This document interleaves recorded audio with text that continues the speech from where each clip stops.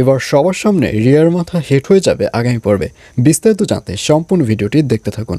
আসসালামু আলাইকুম প্রিয় দর্শক, সবার কি অবস্থা? হাজির হয়ে গেলাম দীপ্ত টিভির নিবেদিত দেনাপনা নাটকের 158তম পর্বে কী সব ঘটে চলছে তার অগ্রিম খবর নিয়ে। অলরাইট, এই পর্বে আপনারা দেখতে পারবেন পারি জিতে যাওয়ায় এবার সবাই অবাক হয়ে যাবে এবং ইরফানের মা তো বিশ্বাসই করতে পারবে না যে পারি জিতে গিয়েছে। তখন ইরফানের মা রিয়াকে বলবে, কী ব্যাপার রিয়া, তুমি তো বলেছিলে যে তুমি একটা প্ল্যান রেডি করে রেখেছো, সেই প্ল্যানটি কখন অ্যাপ্লাই করবে, নাকি অ্যাপ্লাই করা হবেই না? আর এইসব কথা শুনে রিয়া কোনো কথা বলবে না।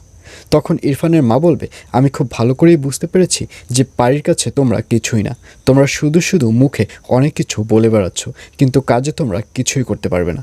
এই বলে ওখান থেকে চলে যাবে ইরফানের মা। আর এইসব কথা শুনে রিয়াকে দেখা যাবে সে রেগে পুরো আগুন হয়ে যাবে। আর অন্যদিকে পারিকে দেখা যাবে সে হাতের পাস অডিয়েন্সে জিতলে তার মুখে অনেক হাসি থাকবে এবং সে এক পর্যায়ে তনিমার সামনে যাবে এবং তনিমার সামনে গেলে তনিমা চুপ করে থাকবে।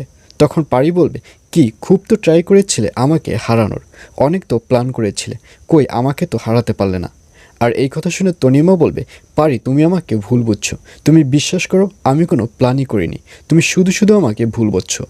তখন পারি বলবে, আমি মোটেও তোমাকে ভুল বুঝিনি, আর তোমাকে কে চালাচ্ছে সেটাও আমি খুব ভালো করেই বুঝতে পেরেছি, তবে আমার হাতে কিছু প্রমাণের প্রয়োজন রয়েছে।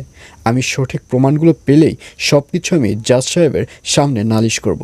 আমি নালিশ করব যে তুমি আমাকে হারানোর জন্য সর্বদা ট্রাই করেছিলে।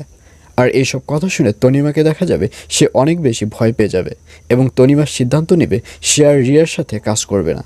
আর অন্যদিকে ইরফানদের বাড়িতে সবাই অখুশি হলেও পারি যে জিততে পেরেছে এই ব্যাপারটি নিয়ে ইরফানদের বাড়ির যে কাজের লোক রয়েছে সে অনেক খুশি থাকবে এবং তাকে দেখা যাবে সে সবাইকে মিষ্টিমুখ করানোর জন্য মিষ্টি নিয়ে আসবে। আর এটি দেখে ইরফানের মা অনেক বেশি রেগে যাবে।